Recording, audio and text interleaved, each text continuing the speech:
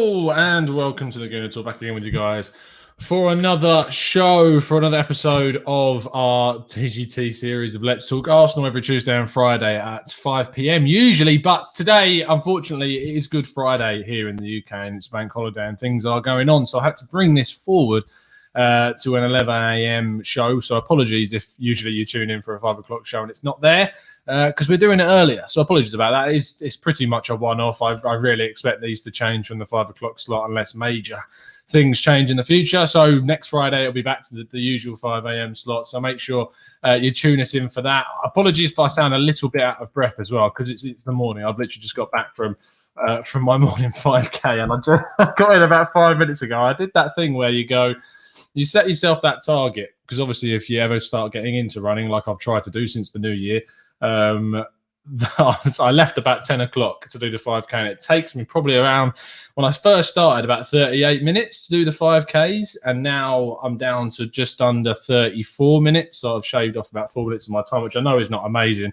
But for someone who's not run for about 2 to 3 years, to get into it is quite tough. And I left at 10 o'clock, and it takes me about a 5-minute drive to get down to the place where I do it.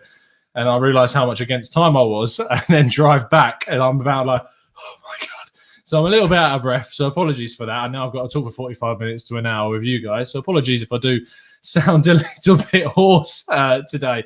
Of course, thank you, as always, to Football Prizes, who are our sponsors. And there's actually 2 Arsenal prizes this week that are on, and they both ran out today. The Thierry Henry prize has sold out, but of course, our members will have a chance to win a free entry. I do believe the free entry is for the Henry shirt. I will double check that before I let the winning member know, but that has sold out. But I do believe that the prize that has not yet sold out, and there's still a few tickets going, I think, I might be wrong and look like an absolute idiot now. Here we go. No, it hasn't sold out. Is the Pierre-Emerick Aubameyang signed and framed photo montage, which is the second time this prize has been going, with Daniel Robert winning the last one. All of these come with the signed certificate of authenticity, so you know it's real. And there is 1 ticket left, so be quick. It's 1 ticket to go. So if you're watching live and you want to be in a chance of winning this, only £3.95 for the last ticket, then we're going to get 2 sold out prizes for this week's Arsenal show, which is absolutely fantastic.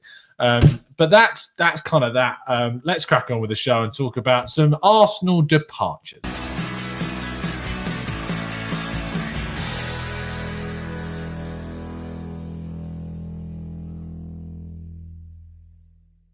Me, I'm so out of breath. I took that moment where the mid-roll credit is going just to go, oh my God.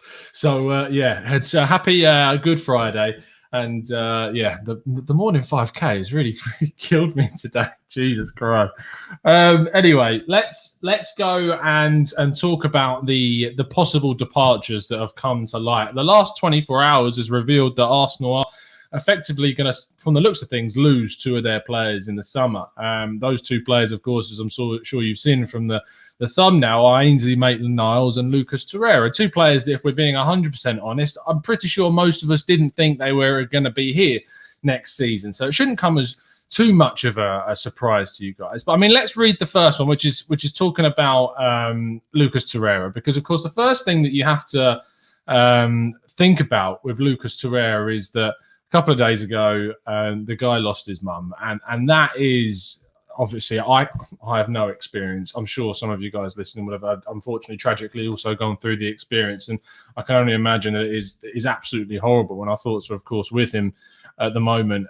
But what I would say is that having experienced loss during the kind of short and brief, and not even brief, it is a long-term issue, but especially during the short term, sometimes maybe the things that you say in interviews, things that you come out with may not always be 100% what you might want to have said a month, 6 months, a year later. It's a very emotional time. And whilst this interview has taken place, what I would say is that it might turn out that this is genuinely the case, and this is the way that Torreira wants to move and go forwards. But I still think it would be fair not to jump to conclusions in the very short space of time after this tragic event has happened. But let's read through the quotes and see what Lucas Torreira has said, because he has been very open about the possibility of leaving Arsenal. And a lot of people kind of put this down to a lot of people thought he was going to go, but some people genuinely thought we got kind of a decent player here that we signed from Sampdoria, did really well when he came in, and now it's just not kind of worked out under Arteta. So let's read the comments and see what he said. So he's obviously signing a 5-year. This is on goal.com, by the way, with the interview. I'm not sure if the interview was done, but the interview's been published by Goal, and they say, I want to be close to my home, my family. I have a contract at Arsenal and I am on loan at Atletico, but I want to go to Boca Juniors. I hope the clubs can agree. It's been 2 years since I was enjoying myself personally. I haven't had continuity. Arsenal hurt me, and at Atletico, I don't play like I want. It's interesting he goes, how Arsenal hurt me. That is very, very, very honest. We don't really know in terms of how Arsenal hurt them. It says, nobody from Boca called. They sent me a shirt, and the day Boca played Santos, I sent a message to encourage them. I just want to play for Boca.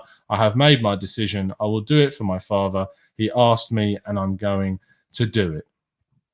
Which is, wow. Very, very honest and open comments. And thank you, Doug. ESPN, South American ESPN, are the ones that published the interview. It's very, very open and honest. I mean, part of me wants to go, fair play. Fair play to the guy to be open and honest about it. He wants to go. He feels like the time at Arsenal he's had has not been good, which, if we're being 100% honest, he wasn't used correctly by Unai Emery towards the kind of the latter part of his tenure. Arteta didn't use him at all, really. Used him mainly as a substitute, but a lot of stock in Granit Xhaka and Danny Ceballos, of course, as well. So he's come here, he's won an FA Cup, which is great, but you got to remember what's happened to him at the moment, and that's obviously really, really key. But what I would say is that I don't want to see Arsenal have a kind of I want to see him have a bit of a backbone about this still, because at the end of the day, everyone's human, and this happens to everybody, and this is still business, and this is still football. And Arsenal can't be in a position where they just say, look, we're willing now to chop 10 million quid off your transfer fee so you can go. If Boca want you and you want to go there, you've still got 2 years left on your deal. You have to pay what we want for him. And for a player of Lucas Torreira's quality, and I believe him to be a decent player, you're looking at minimum 15 million in my mind, minimum, for a player that's not really played too much, and he signed for 23 mil. His value's not increased, that's for sure, so it has gone down. But between 15 to 20 million, I think is what we should be asking for. I think to say 20 million plus, when you consider he came in for 23 mil, his value has not increased in my mind. It may have initially when he first started playing, but overall, I can't say that he's worth any more than that now, and especially in a pandemic hit kind of transfer window, I just can't see Arsenal getting anywhere higher than 20 mil for the guy, if that. But I mean, in terms of Boca Juniors' transfer history, I just want to have a look at their transfer history and see if I go on to Transfermarkt, and then we can have a look at their kind of history of how much they actually spend on players, because that would probably tell us a good idea about how likely it is. Let's go to all transfers. I'll get this up on the screen so you guys can see it, of course, as well. So here we go. Let's have a look at how much they typically spent. I mean, in 2021, they didn't spend anything bar a loan fee. In 2019-20, they spent 6 million on Salvio, who I'm fairly aware of, Argentinian winger from Benfica. Hurtado was 6 million, who is a 21-year-old. Salvio now is 30. And then you've got Lisandro Lopez, who, of course, ex-Leon legend. 2.7 million. That is the Lisandro. No, is that the Sandro Lopez I'm thinking of? I don't think it is. I think I'm thinking of someone else. But anyways, I mean, they're not big fees, are they? They've sold players for decent fees. Nandez went to Cagliari, 16 million. Benedetto, Argentinian striker, went for 12 million. Christian Pavon left on loan to LA Galaxy for 1.6 mil fee, which is pretty big loan fee, to be fair, for a player like that. And again, you look at these players, they brought in 6 million, 4 million, 4 million, 3 million, 2 million, 2 million, 1 million, which they've spent in that summer 25 mil. But I'm looking back and we're not seeing big fees, are we? Nothing's hitting over the 10 million mark. We're going back to 13, 14, and we're still not seeing any big fees being paid whatsoever. I mean, they're record signing from the looks of things, and we're not going to go back past 9, 10. If we go scroll back up again, we're not seeing a fee that is anything over really 6 million, 5.8 there. Anything higher than 5.8? 6.7 for Ivan Marcona, who's a 30-year-old who was, 28 at the time, defensive midfielder from Cruz Azul in Mexico, I believe. Salvio, 6.3. They don't pay big fees, do they? That's fact. They don't pay big fees. And so I don't expect to see anything other than a mediocre offer of max 10 million quid from Boca. I'd be hugely surprised if they came in with a fee that Arsenal were willing to. If they offered 15 million quid, I would be staggered. I'd be absolutely staggered if they offered that amount, because they just don't spend big amounts of money on players. Now, the other side of things is that we could do a player plus cash deal. Now, I don't know anything about Boca Juniors' team. I don't know anything about them as a squad. I don't know anything much about Argentinian football. And all I can go off is how Transfermarkt rates kind of the market value of some of their players. And Christian Pavon at 30. I know Pavon, of course, played in the Argentinian national side. He's been at LA Galaxy. So I'm fairly aware of him, £30 million market value. And by the way, Transfermarkt's market values are not very accurate at times. And do we need a left winger? I mean, not really. No. Any of the young players that are really quite highly rated. Ceballos is a right winger, 18-year-old, 4.5. I don't know enough about these players, so I'm not going to sit here and be like, yeah, we should go out and sign these guys. But that's like in my head, that's something that feasibly Arsenal could look at. That they could look at saying, look, we've scouted. They'll know more than I will. They've scouted these guys, and maybe, Doug says, isn't Pavon in the MLS? Yeah, he was on loan. On loan from Boca to LA Galaxy, as far as I'm aware. So, I mean, realistically, are Arsenal going to let him go for a low fee? Maybe. We sell historically very, very poorly. So maybe we would let him go. Let's see what you guys are saying in the chat box. Ed says, with those quotes, who else would offer anything for him? Boca holds the hammer in any negotiation. It is like that interview. And I have all the sympathy in the world. The interview has really harmed Arsenal in terms of their negotiating power. And I'm sure the club, that even though there's a lot of obviously sentimentality around the situation and sensitivity as well, it has not helped Arsenal at all. Wilson says, I get a feeling that Torreira will leave Arsenal because he was clearly unsettled in North London and does not want to be here. Red Kem says we are absolute mugs if we sell Torreira for anything less than 15 million. I would agree with that, whilst I think that between 15 and 20 is what I'm looking at as a fee. To sell him for less than that, I think would be really silly. Really, really silly. Yo-Yo says, if Ainsley MaitlandNiles and Torreira are sold for less than what was proposed previously, should Arteta and Edu be penalised? I mean, at the end of the day, Yo-Yo, I think that you've got to sit there and go, Torreira has wrecked his market value. So I wouldn't be sitting there and having a real go at Arteta and Edu if we do see him go. I think we'd be mugs, to be honest, to let him go for less than that. But it is partly in turn down to him and how he has now really slashed his value, unfortunately.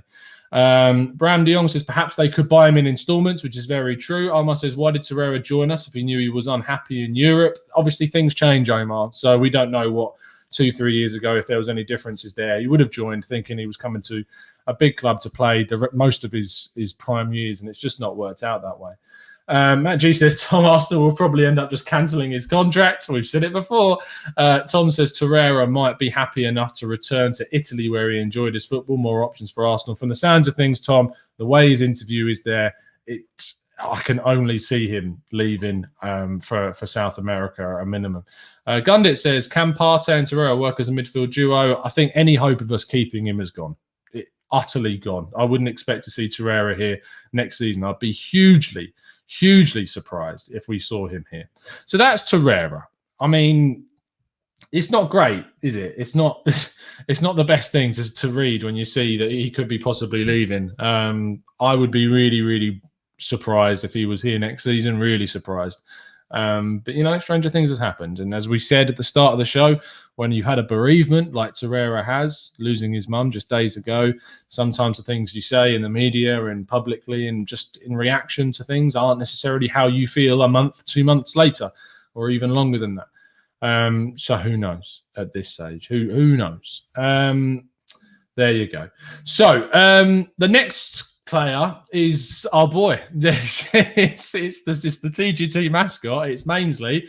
Sounds like he's going to be off. The Telegraph posted published an exclusive piece talking about Ainsley MaitlandNiles is planning on leaving Arsenal in the summer. Let me just throw it up on the screen for you. There's no quotes. There's no interview. There is just the story that Ainsley MaitlandNiles is planning on leaving Arsenal in the summer, which doesn't surprise me. If we're being very honest, his best position at Arsenal has been left wing back in a back three that we don't play anymore. That was where he's played best. That's where he got into the England national setup. He doesn't want to play really at right back. He wants to play in midfield. And to play at Arsenal in midfield, he's not as good as what we've got. He's not better than Granit Xhaka. He's nowhere near as good as Thomas Partey. He's probably as good, maybe on the same kind of level as El Neni, if that. But I just don't think that he is going to work as a central midfielder at Arsenal. He's still got a year or two, I believe, left on his current deal. Let me just check that on Transfer Marks, because it will tell me how long he's got left. His contract runs out in 2023. So after this season, he's got 2 years left on his deal. So we do have a decent amount of leeway and control when it comes to a transfer negotiation. We know that obviously he can command a decent fee. He did last season. Wolves came in with about an 18-point-something million pound bid with add-ons that went up to around the £20 million mark.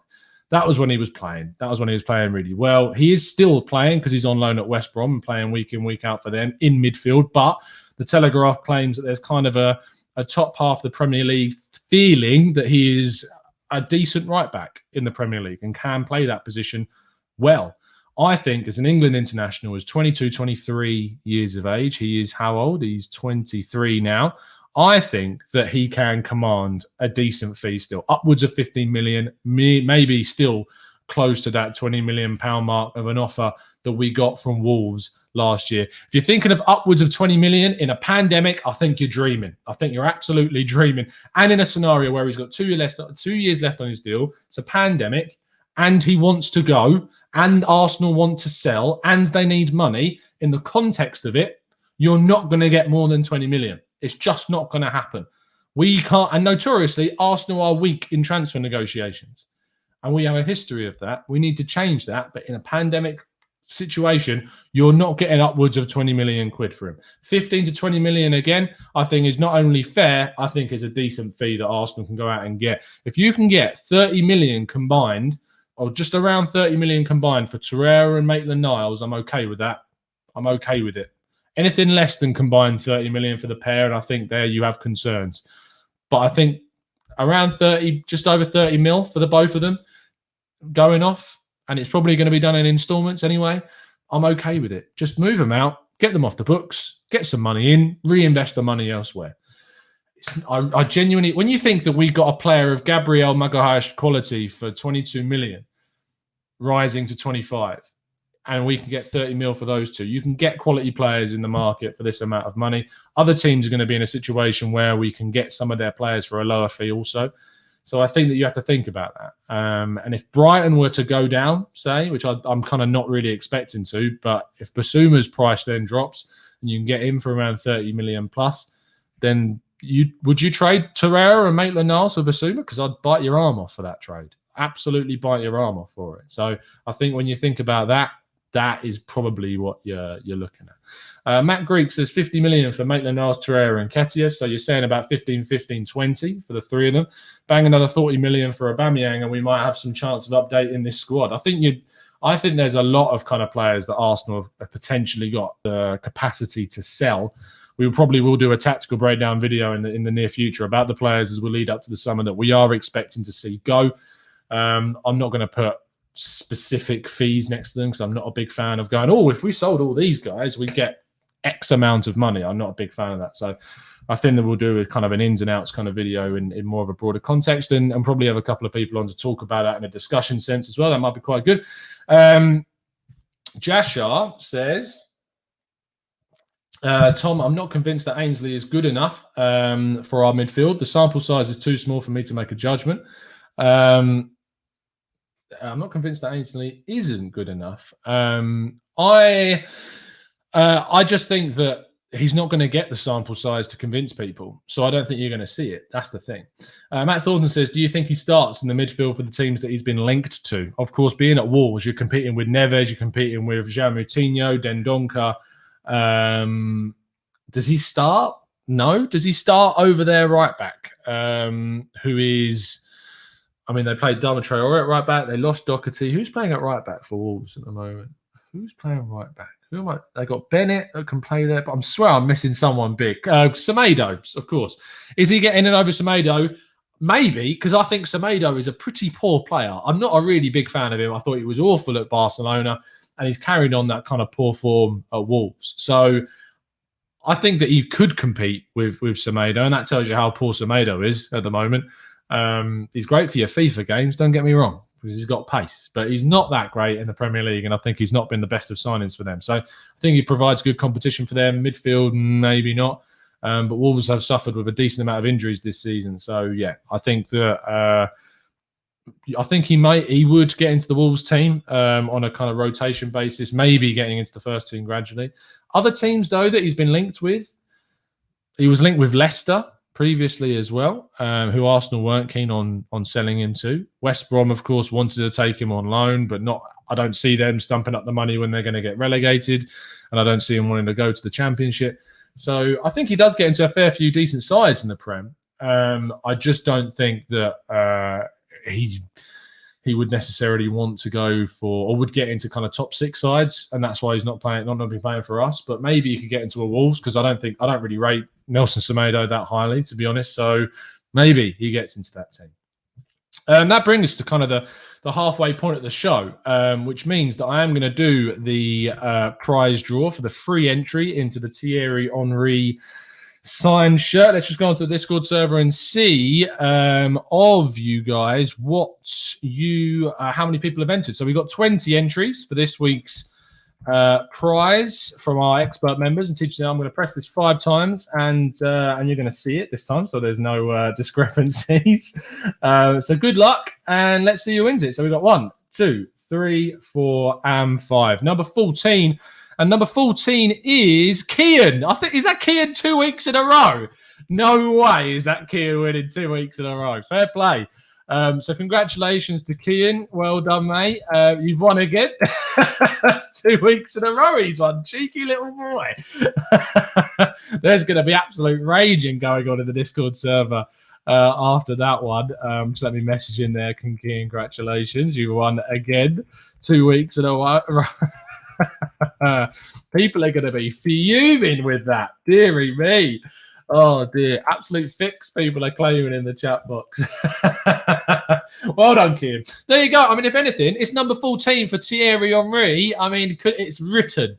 Kian has surely got this in the bag this week. I mean, to be fair, it has to be lined up so that not only is it Thierry Henry, not only does Kian then win the free ticket, but if he is the number in the prize to then win, it would be absolutely incredible. But Kian, congratulations, mate. I'll send you your number for what you're going to be in the prize draw. And of course, there are no tickets left for the prize. So make sure you tune in next week. Let me just refresh the Aubameyang prize. There is still one more ticket left for the Aubameyang montage. I'll put that link into the chat box. So if you want to get the final ticket for the signed Aubameyang montage, the link is in the chat box now. So make sure you get that last one. Oh, dearie me. So we've covered the players now that are officially looking like they're going to go. So we move on to the second half of the show. There you go, Kian. Congratulations, mate. Much appreciate always the support you're giving the channel, as always, Vela. If you've got a question for the last 20 minutes of the show, I'm only going to go a 45-minute show this morning, so I won't keep you too long. But 20 minutes left, so do let me know if you've got a question that you think needs answering. then we're going to have a few discussion points around that topic. Irfan says, thoughts on Lacazette's new contract in the summer? He's had an okay season, but surely it's time to cut our losses and not offer another old player another contract that we will be stuck with. Now, Irfan, I think there's two schools of thought with this. I think a contract extension for Lacazette, you can make an argument for it, but you can't make an argument for like a 2 to 3 year extension. I'd be saying to Lacazette, look, you're turning 30 in May. We're going to offer you a 1 year extension to protect your value. And of course, so we don't lose you on a free. If you want to sign it, sign it. If you don't, then we're going to move you on. That's how I think we need to approach our 30 plus players now. We take a similar process to what Chelsea do, is once you hit that 30 age bracket, you get a 1 year extension offer. If you don't want to stay here, then we're going to sell you. That's how I would do it. I don't actually have too much of an issue with Lacazette staying for an extra season or two. I just think that there's not really enough striking quality out there for me at the moment to say, look, I think that if we signed an Edouard, he'd be a big upgrade on Lacazette now. I don't think he would. And next season's a really, really important one, because I think the next season who we sign have to come in. They need to come in and have an immediate impact and be a right goal scorer from the off, scoring 20 plus goals in the Premier League season. Do I see any of the players that we've been linked to, the likes of Edouard, doing that? I have my reservations. There's all the capacity for them to. I'm just not sure it would happen next season. So Lacazette, in combination with Aubameyang, I can see them getting the goals necessary for next season. But a lot of people are actually kind of falling down the line of maybe we should sell Aubameyang, which I very much doubt you'd get 40 million for him now, as I saw someone earlier on in the chat box put. But yeah, I'm not so sure. I'm not so sure.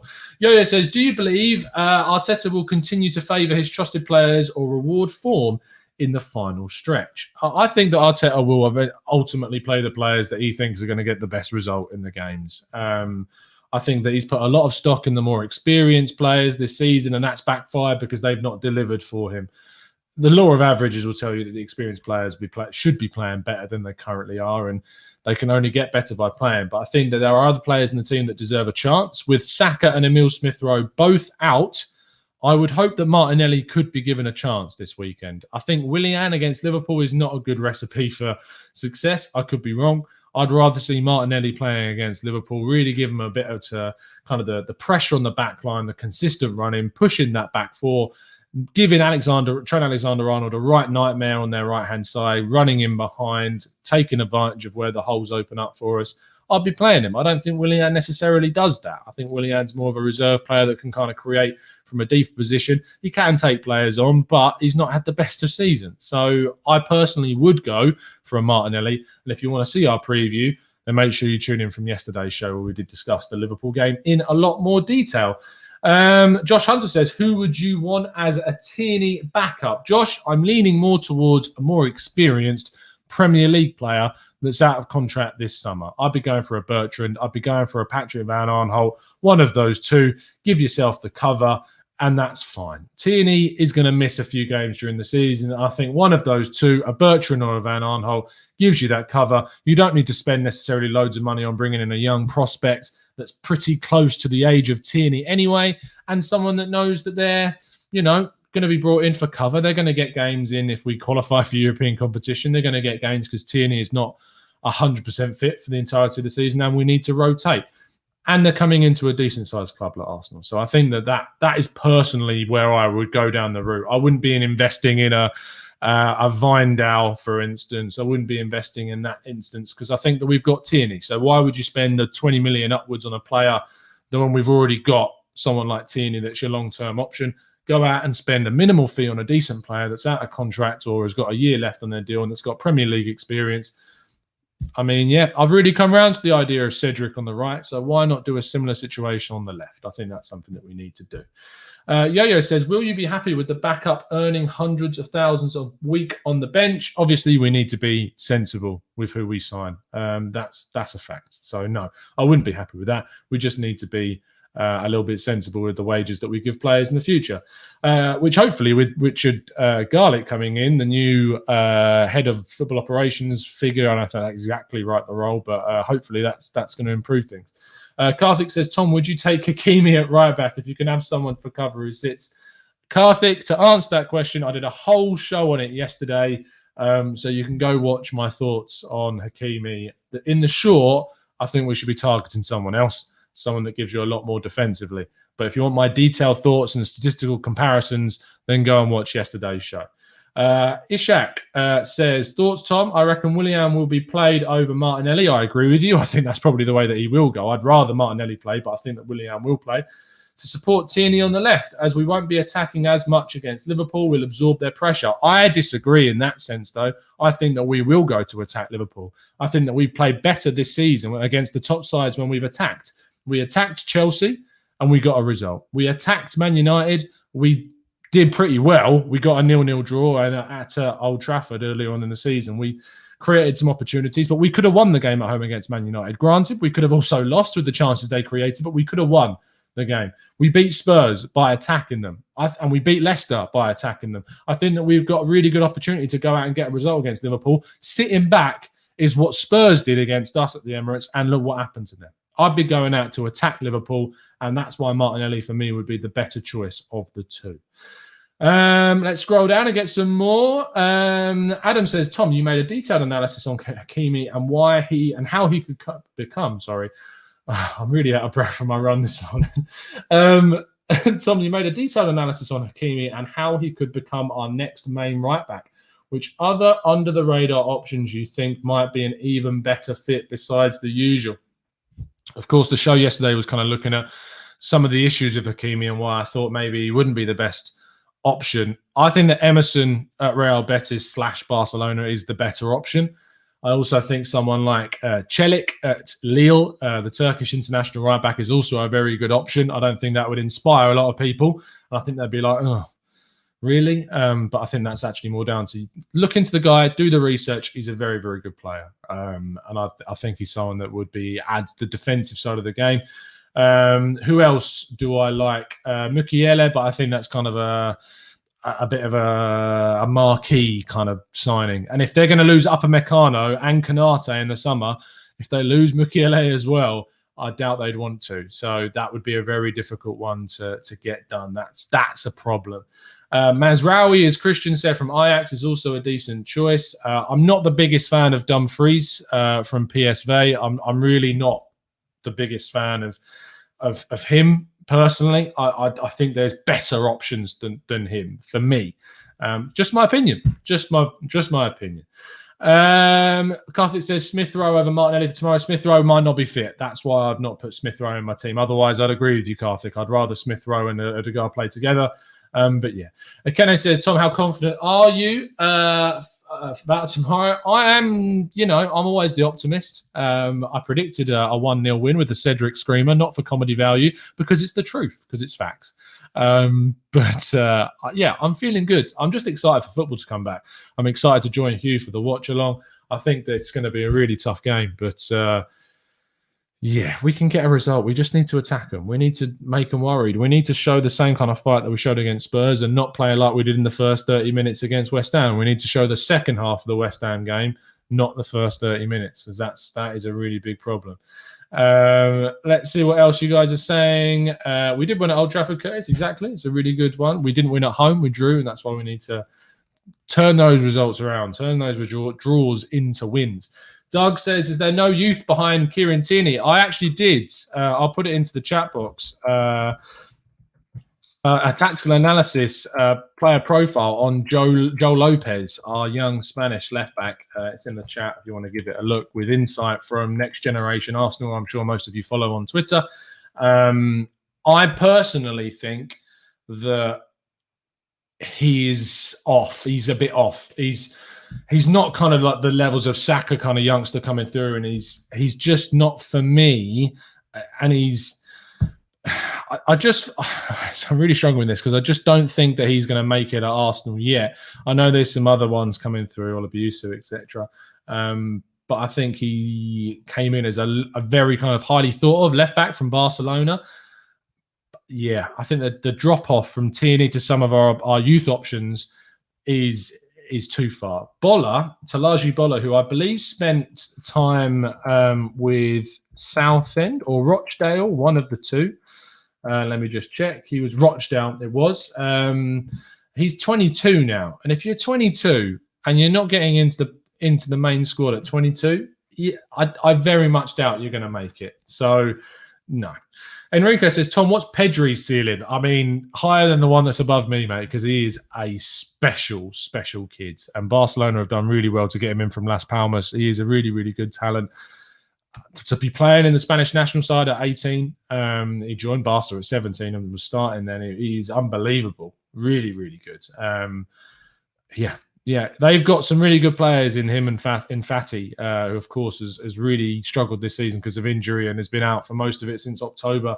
So, yeah, but Pedro is an unbelievable talent and, could be the next Iniesta. I hate using comparisons like that, but he plays in that attacking midfield role. So, he could be the Spanish option for the next. I'm going to be looking at him at the Euros, expecting some really big things. Dan Roberts says, Cedric is better than all these right backs. Let's get some Cedric love in the chat. Cedric squad. Ishaq says 9 points away from top 4 with 9 games left. Odds on. I think it's tricky. I think that we've got the benefit of a lot of those teams above us have got to play each other. We've still got to play Chelsea, Liverpool, Everton. We've got some really important games against those. If you were to get wins against Liverpool, Everton and Chelsea, which I think Chelsea's a bit of a push, but I think we can get wins against Everton and against Liverpool.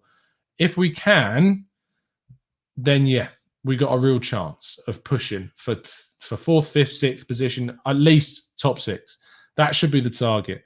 If we can't get wins against those guys, then no, it's not happening. It's not going to happen. Don't bet anything on Arsenal, says Newtide. I agree with you. Yoda says, in light of Aubameyang's new hairstyle, who do you believe is the most recognisable player to have played for the club or in the Prem, not famous but easily identifiable, like Edgar Davids and Fellaini, just because of the I don't know, for Arsenal specifically. I'm not sure. Recognisable players. I mean, Guendouzi, players with obviously huge hair, of course, are very standout players for obvious reasons. I'm trying to think though. Freddie Ljungberg, of course, when he had the red hair, that was very standout. But not necessarily hugely famous players. I'm just trying to think who stood out for Arsenal as kind of a player. Bakary Sanya's a good shout, with, of course, the blonde highlights. Jovino's hairline, said AK Gunner, is, a big shout. Ray Parler with the mullet, it could be him. Louise, again, the big hair does help. It's a good question, that. I'm trying to think, though, of players. Shamak had terrible hair. Deary me. That was not good. Not good in the slightest. I'm just trying to think if there's any kind of identifiable characteristics about some of the players that we had. Mkhitaryan's weird bald patches at the here, that was strange. He joined Arsenal and his hair started falling out at these specific points. So maybe Mkhitaryan for that. That was really odd. The Bentner bun, says Daniel Robert. The skull cap from Petr Cech. Yeah. All of those are identifiable characteristics of these guys. I really don't know. It's a good question. Who is Arsenal's most kind of striking player, appearance-wise? But yeah, I really don't know. We've not had kind of like, I don't know if we're saying that we've not had too many is unfair, because I think we have had some very identifiable players. I'm trying to think of any that we haven't really thought of. Actually, I love that question though, Yo-Yo. It's a great one. I'm trying to think of some that no one's really come up with yet as a player.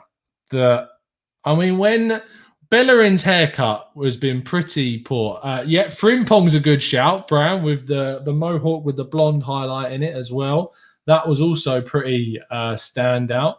Charlie George's mullet, says Michael Casey. Who's also a good shout. Giroud's beard, says Ishaq. Yeah, very true. Tom says Arteta's Playmobil hair, or the Lego head hair. He still has it. Cesc Fabregas's 16-year-old blonde highlights. There was something in the 2000s about blonde highlights. I never had them when I was at school during the 2000s, but a friend of mine did. Shout out to Ben Erland.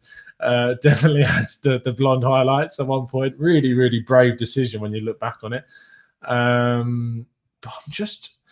Rob Holding's hairline, says Tuva. I mean, I can't ever go at people with poor hairlines because mine's pretty poor. So you wonder why I wear a hat. Although, it's nice having the shorter hair these days. Song, says Josh Hunter. Maybe. What do you mean Gallas? Why would Gallas be? Oh. I really want to think of someone that no one's thought of as just like someone who came in and you're like, what on earth is this? But I can't. Maybe it's one for the Twitter. If you can think of one, start tweeting me at Laguna Talk TV, because I really can't quite get my head around some striking players. So there you go. Senderos's no hair, or it was just so blonde that it made him look bald. Maybe that was it. Yeah.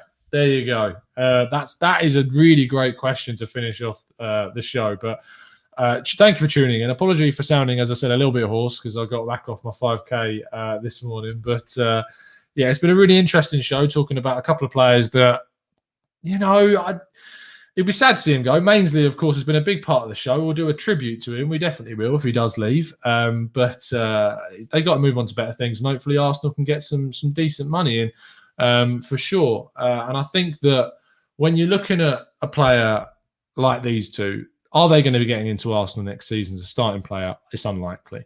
So get as much money for them. If you can get a decent player in at the money that you recruit from it, you're going to love it. You're going to love the fact we're going to bring in a great player and you won't even think about the fact that they've gone. If you've enjoyed the show, of course, please drop a like on the video. I'll be back tomorrow with the Raw Reaction show straight after the game, and I'll be joining Hugh for the watch along as well. But yeah, it's been a pleasure to speak to you guys as always. Apologies that this was really early in the day at 11 going to 12, but I had no choice because it's Good Friday here in the UK and it's a bank holiday and when stuff is going on in the afternoon. So apologies for that, but I'll be joining you after the game tomorrow, and make sure you drop a like on the video, subscribe to the channel if you give us a follow at Laguna Talk TV. And good luck, Kian, in the draw tonight for the Thierry Henry signed shirt and the Aubameyang signed montage. But other than that, it's been an absolute pleasure to speak to you guys as always. And as always, up the Arsenal.